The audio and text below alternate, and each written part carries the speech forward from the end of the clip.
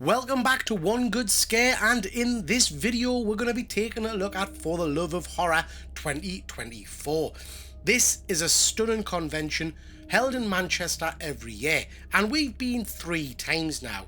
This year was probably the best so far. It was amazing. In this video we're going to cover the cinema screening night, all the different guests that were there.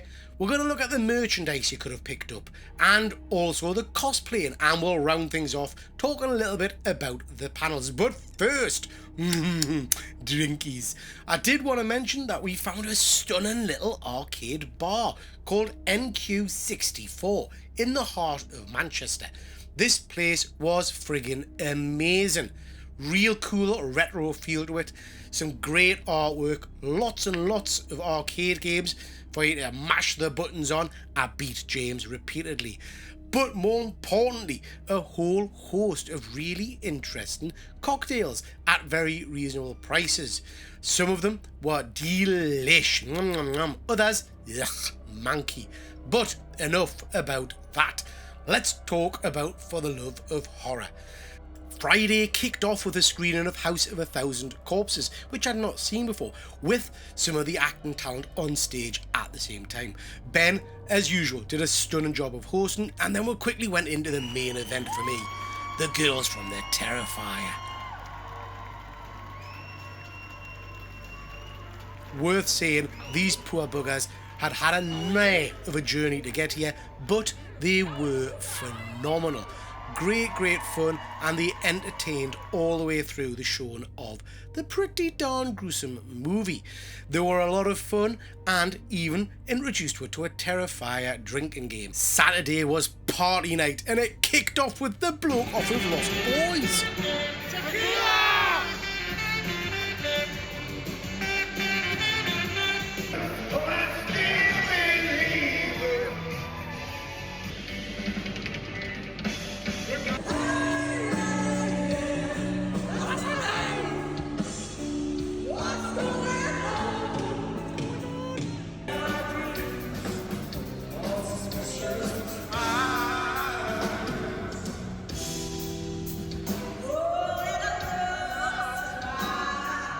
Enough of that craziness, let's talk about guests. Now, For the Love of Horror always seems to attract a high calibre of horror icons and acting talent, and this year was no exception. We had some heavy hitters indeed, ranging from Halloween to Terrifier to all kinds of very cool horror movies, including these guys.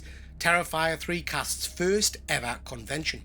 And as ever, there was the opportunity to meet some of your horror heroes and get a little signature and so forth from them.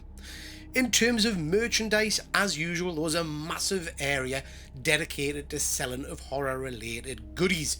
There's something here for everyone. If you, leather brassiere. I wanted to get a Triple J cup, but they didn't have one. The range of products is absolutely astounding, and there's literally something for every taste.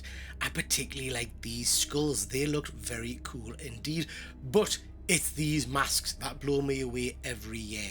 Next year, I've got to get myself one. Some great stuff, well worth having a look at the stores. Next, let's talk cosplay, and as with any big convention, there's always a whole host of people who've gone to the effort of dressing up. Hang on, he's got a bloody beard. So yeah, a whole host of great cosplayers out there, lots and lots of effort and detail and attention gone into this.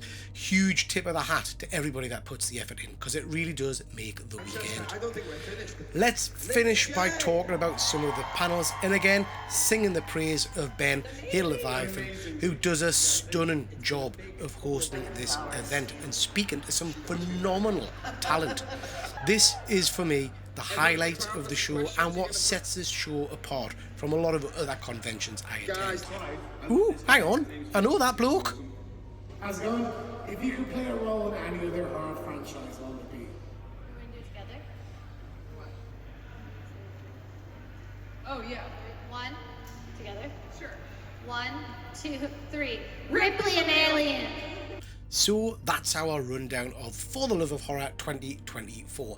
This is a phenomenal convention. The only bad part, having to go home. Can't wait for next year. Hope to see you there. Take care. Everyone's